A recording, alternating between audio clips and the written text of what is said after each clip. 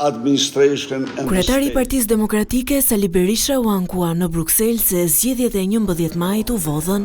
Në samitin International Democracy Union, Berisha tha se gjatë fushatës në terren ishin bandat kriminale për të siguruar vota për Partinë Socialiste, duke shtuar se njerëzit më të votuar sot janë kandidatët e këtyre organizatave.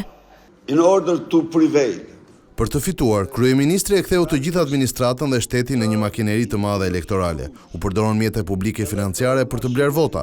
Konkretisht, çdo pensionisti ju dha 100 euro si dhuratë në mes të fushatës zgjedhore, si një dhuratë nga kryeministri.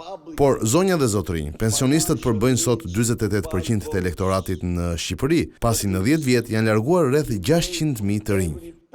Kërkesa e Berishës për ndërkombëtarët është që ta mbështesin në betejën që sipas tij ai po bën për votën e lirë.